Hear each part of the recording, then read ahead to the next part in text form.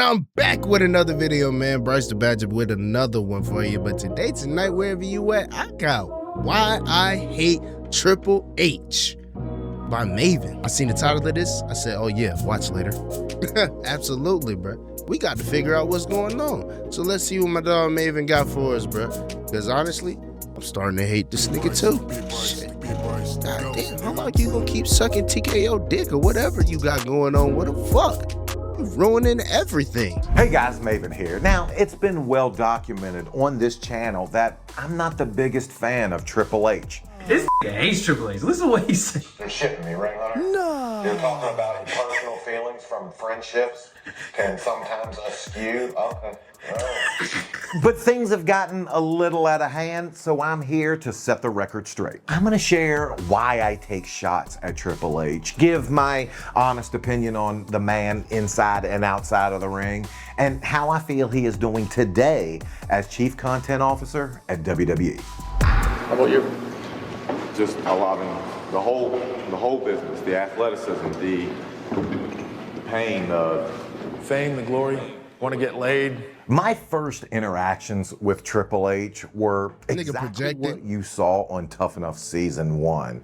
It was brief, it was intense, and as quickly as it began was as quick as it ended. There was no filler, no fluff that you guys didn't see. So the first time I would actually be introduced to Triple H wouldn't come until after I was assigned WWE wrestler. The man I would later meet once I was on the road was completely different than the man I saw as a Tough Enough contestant. The Triple H I met was actually very engaging, very disarming, dare I say, charming, and he even congratulated me on winning Tough Enough. In fact, the Triple H that I was now colleagues with was 180 degrees different than the man who made sure we were all in the wrestling business for the right reasons. The man who threatened us with how the life of a wrestler is truly lived. The Triple H that I met backstage,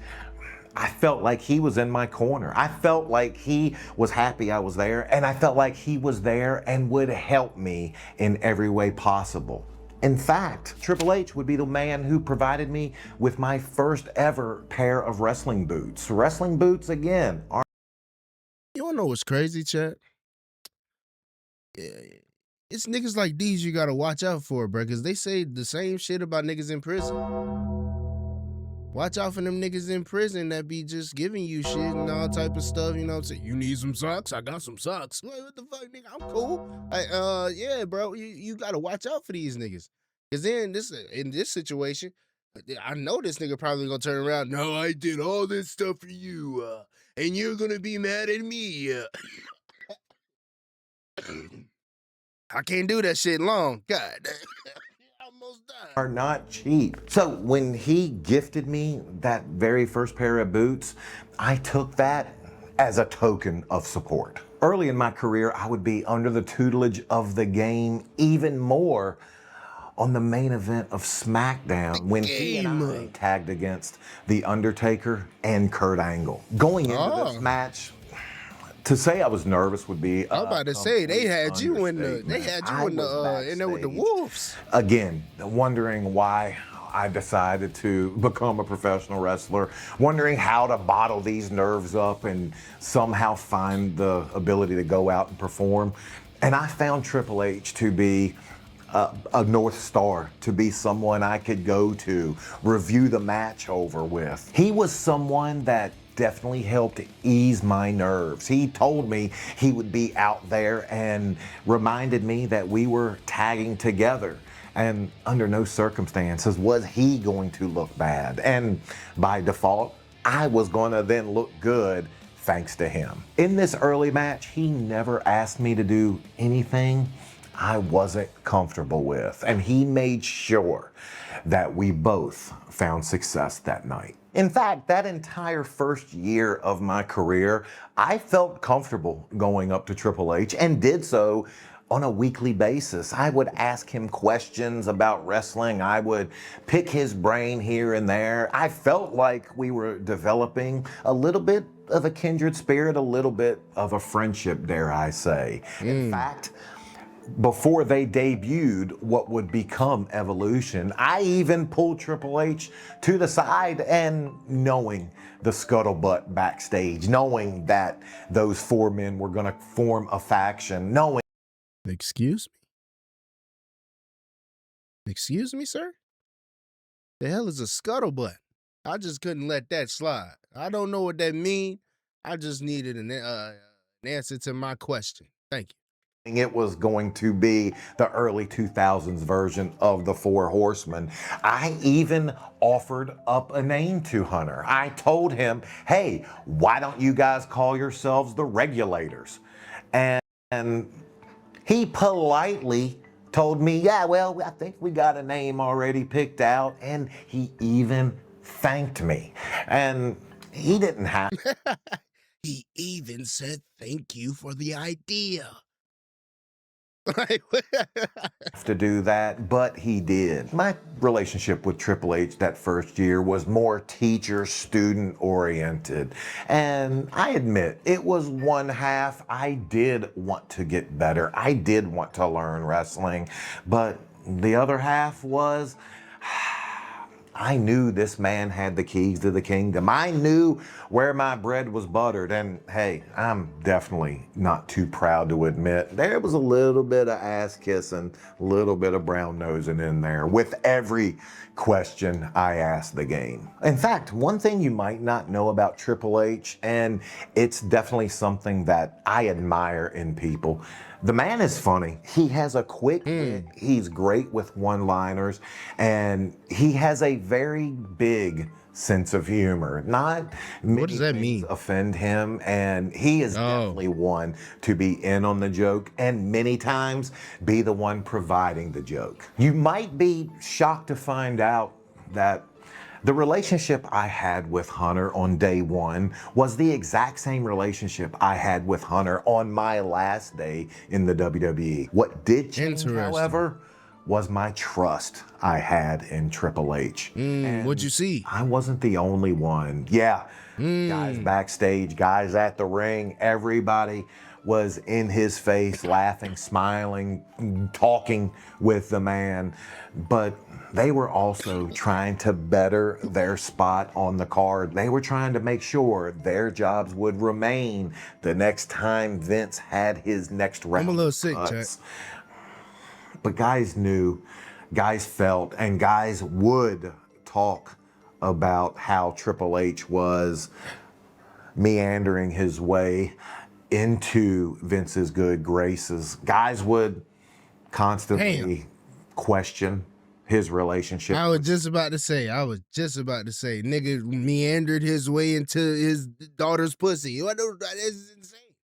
It's insane how this nigga just bagged the whole company, bro. Off this alone, bro. Crazy. And I'm never gonna be the determining factor of love, whether it does or does not exist. It's not my... I think they ended up loving each other, but like, you know, yeah, that nigga just, you know, come on, bro. Come on, bro. We know. My job, but... And Matt, genuinely, chat, answer this question for me.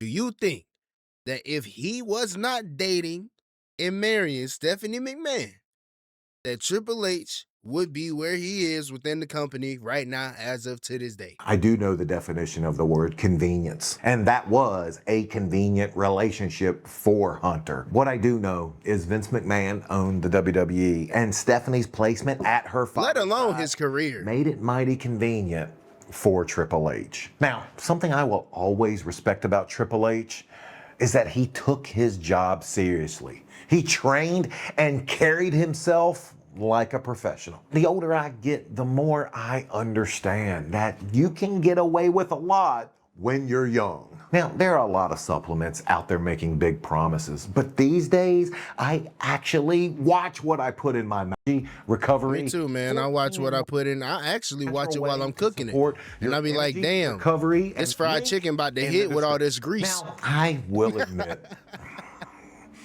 in my younger days, in my early career, I was a go with the flow type of person. I was trying to make friends and I was trying to be liked. And guys would talk about Triple H behind his back. Guys would place every accolade he achieved in the ring on his positioning with Vince McMahon and with Steph. Triple H would become an easy target for guys whose careers maybe didn't live up to what their hopes and expectations were, myself included. It was a lot easier to blame, well, oh, hell, I'm not in the main event because, you know, Triple H is dating Steph. I remember when he and Steph were about to get married, the company actually forced us to go to his bachelor party, and you're saying, Maven, how? That's some dick riding ass shit. That's some dick riding ass shit. Just because we wrestle and we share a ring together that we all have to wrestle in and shit and we practice together, that don't mean that I'm your dog. That don't mean I gotta pull up and have fun with you just because you finna get married to this nigga daughter, bro. The whole time in my head, I'm like, bro, I just seen you fuck 5 bitches 2 weeks ago, bro. Well, how the fuck you now marrying? Bro, we used to go out to bars and shit, and I would see you over there talking to like 15 women in one night. All of a sudden, you want to marry this nigga daughter? Yeah, all right, bro. How did they force you to go to his bachelor party? Here's how. We would fly in on Friday, wrestle 3 non-televised house shows. Then on Monday night, do Monday Night Raw and fly home every Tuesday. That was how it was week after week. God well, the damn. company decided to have Triple H's bachelor party on a Tuesday night in a North Carolina strip club. And they Fuck y'all doing anywhere near me? conveniently made sure our flights were for Wednesday. We had to go. And I can't remember anyone not showing up. Why? Well, of course I was there because I like strip clubs, but most of the guys were there because they just didn't want to be the I don't know, one man. that I hate didn't wasting show up money. to Triple H's bachelor party. Well, actually there was one guy that didn't show up. Who would that guy be? Triple H himself. We were in the club the entire night and Triple H would show up the last 20 minutes before closing time. Now, I don't know how many guys would have came to his bachelor party if they would have just extended an invitation, but I guarantee you, and I know for a fact, it would not have been as many as they had since they were flying us out the next day. Hell, he didn't even want to be there. Why the hell? Man, nigga, y'all done drags us out here. This nigga show up hours late, 20 minutes before we all finna go. We just had a whole WWE men's night out. The fuck, what are we doing? In North Carolina strip club. Not even a Miami one. A New York, a New York one? Possibly? Probably. A New York one. Like a LA one or some shit. Houston. Anyway, oh, we in fucking North Carolina? You had us out here in North Carolina at a strip club, North Carolina? Man, I might have punched that nigga in his big ass nose, bruh. Hell no. Would I want to be there? Now, my trust level with Triple H would start to wane over time. I would notice that he would make little snide comments here and there, and I'm certainly one for a joke. Hell, I like being the butt of some jokes, but you can always tell when someone is making jokes about you or they're making jokes to you, when they're trying to tell you how much respect they do or do not have for you. And his jokes would always err on the side of just making sure I knew my place in the wrestling business. And it wasn't just backstage. It wasn't just in snide comments. He did it on TV as well. And I would have people because you know we need you, maybe. We need you to make us look good. people backstage tell me that they saw exactly what I was feeling. And I can even cite a specific example where Triple H wielded his backstage clout to degrade me on air. But we'll get to that later. I didn't know this during my time in the WWE, but I would have it confirmed years after my wrestling career had ended from someone who was actually in those production meetings, someone who went to bat for me, that every time my name was brought up, it was quickly squashed back down. And who was the one doing the squashing? None other than Triple H. If people thought, hey, here's a good idea, here's a good direction that we can send Maven on, here's something that we think he can find success doing, it would quickly be diminished. Nah, he's not ready. He's not there yet. He needs a little bit more time, a little bit more seasoning. And I'm not saying Triple H was wrong. He wasn't. I did need more time and I wasn't ready.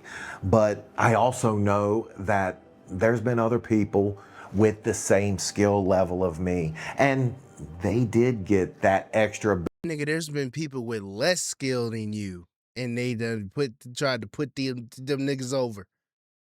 Fucking Matthew McGillicuddy. What the fuck is who? Man, what the fuck? What are we talking about? The hell? Boost, that extra push. It's just hard to get that. Yeah, push blast from when the past. someone is Matthew McGillicuddy, constantly Michael pulling you McGillicuddy, whichever the back, fuck and it that is. someone has the ear of Vince McMahon. Finding out after my WWE career had ended that what I initially thought was indeed true, it hurt. And it bothered me for a while. Yeah, bro. That shit That's pissed why me off. if you ever see me taking what looks like pot shots at the man, that's probably my reasoning. That's definitely some of my reasoning behind it. I'm far from a perfect person, and sometimes it's hard knowing exactly where my abilities ended and where someone putting their thumb on the scales started. I in no way, shape, or form blame Triple H for my career arc, but it just does hurt sometimes knowing that he indeed was weighing in not on my behalf. At this point, all of this, it's ancient history. It happened over 20 years ago, and I have let go of any bitterness that I once had. In fact, the handful of times I've seen Triple H since my departure from the WWE, it's always been cordial and it's always been friendly. And when he tells me he hopes I'm doing well, I actually believe him, and I hope he knows I feel the same way. But Hunter's role, it's now changed since my day. Yeah, that shit gotta go. Something gotta happen, bro. We gotta get that nigga the fuck up out of that role. Yeah, Maven, that nigga role gotta go. You gotta talk to somebody, bro. This time for you to do some politicking. Absolutely, bro. You gotta talk that. He cannot do the job. I mean, look at him. Look at his track record. Oh man, I can't do a good Maven impression, but goddamn, bro, we need somebody. He is now the chief content officer at WWE. You know, John Cena ain't gonna do it. Basically controls the whole show. The job that used to be held by Vince McMahon, it is now Triple H's. And some might say that's the prize he had his eye on the whole time. Now, I've said it before, I will say it again. I do not routinely watch WWE programming, but this channel has gotten me back into the mix a little bit. So, how is Triple H doing these days? Trash! Well, it's a mixed bag. The positives I see these days, talent have a lot more options. They can pursue other ventures. They can build their own brand. And that was something that during my time was definitely not. You telling me Johnny Gargano did a live stream where he was just planking? So Ruka, so fine. And that was something he was just that during planking?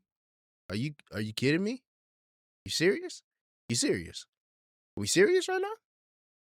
Candace, take the table, please. Is he too far gone? Wake up, Johnny. Your setup is nice. Your knees have to be hurting. On God, though. I know that nigga wasn't like that for long. Ain't no way.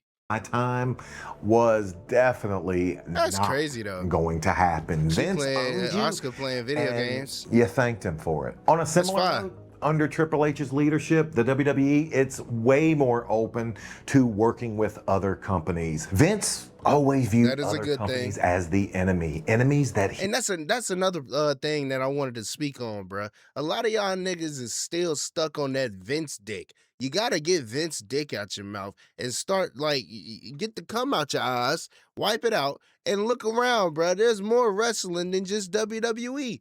Why the fuck do we keep complaining about WWE? Nigga done told y'all if y'all don't like it, fuck off. Why are you still complaining? At that point, bro, that nigga don't want your eyeballs. Fuck it. Let me put him somewhere else. Put it on AEW. Put it on TNA. Put it on goddamn ROH. Put it on motherfucking New Japan if you can, you know what I'm saying, match up your times. Shit. Put it on something else, bro. You ain't got to watch WWE. Just because you like it, just because of nostalgia, just because you grew up with it doesn't mean that you can't change. Doesn't mean that you can't be open to options. Bro, I'd say that the best wrestling is outside of WWE. Stories be cool in WWE. That's about it though. Wrestling be, it's too catered to the audience. I want to see niggas hit pile drivers, nigga. I want to see a nigga damn near break his neck, nigga. I want to be, oh my God. That was cool. That's what I want to do, bro. He wanted to squash. And WWE is for children. Take over. Under Triple H's leadership, they are working with TNA and NXT. It is flourishing. Hunter is also not afraid of adapting. In my time, if my entrance took longer than 30 seconds, I would get an ass chewing. And today, all entrances are such an integral part of the characters and you, the fans. Most integral of all, parts, but the music be dog shit, because Def Rebel be doing dog shit. People music be hearing it sounding the same. Put that ego, put that back in Ethan Page shit. Hunter has helped to foster a new backstage element. They're trying to eliminate a toxic environment backstage and trying to be more open and aware of the mental health of their wrestlers. And I see that as a positive. I also give Triple H credit on giving wrestlers more time to tell a story in the ring. During my time, an average wrestling match might take 6 minutes, and nowadays wrestlers are given double that time. And that just helps with putting your match together, and it helps the wrestlers showcase what they're capable of. But it hasn't been all sunshine and rainbows. One issue I have with today's product, and I've talked about it at length in the past, is just how choreographed and how scripted matches look these days. It looks more like a dance than a wrestling match, and it breaks Al Snow's #1 rule: this is a fight. Well, no part of wrestling looks like a fight anymore. It all looks pre-rehearsed. Additionally, the orgy of advertising has gotten out of control. Holy fuck.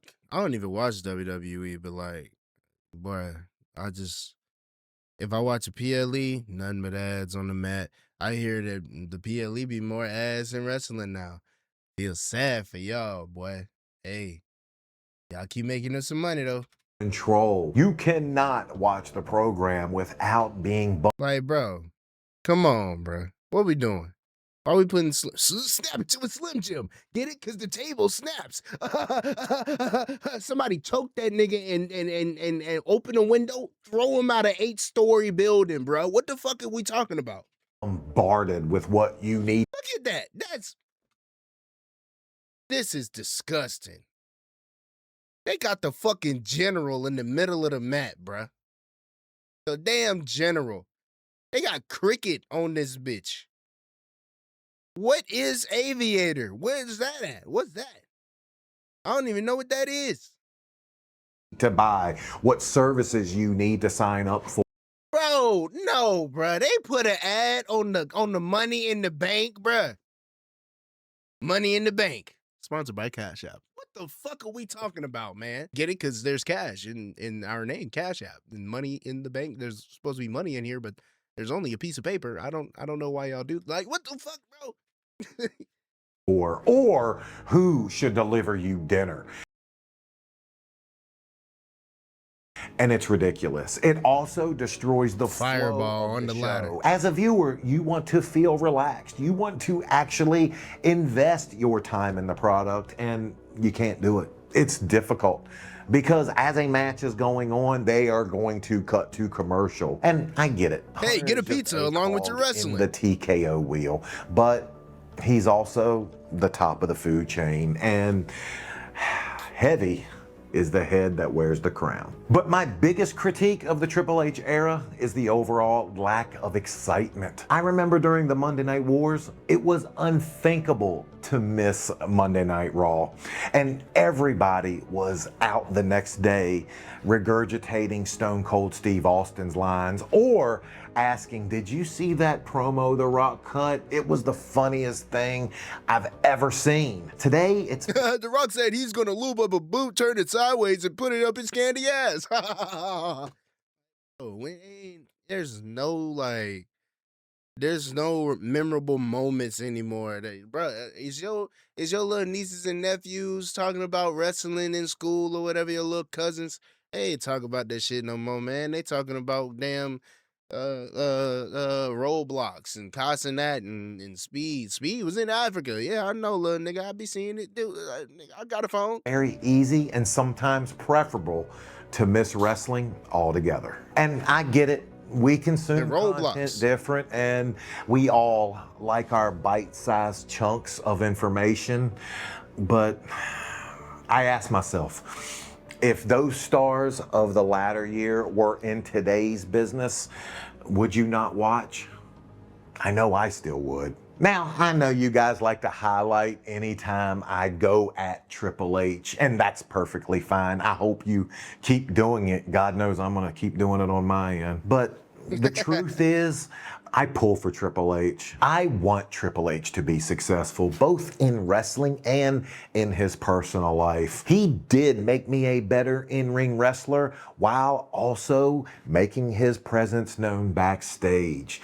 But the truth of the matter is, to do what I have grown to love, this, I need Triple H to be successful. So Hunter, best of luck to you. Now, earlier I mentioned where Triple H tried to humiliate me and keep me in my place on live TV. I ain't gonna lie, nigga, that's a crazy ass thumbnail, but look, bro, you kind of got me with a little bit of clickbait.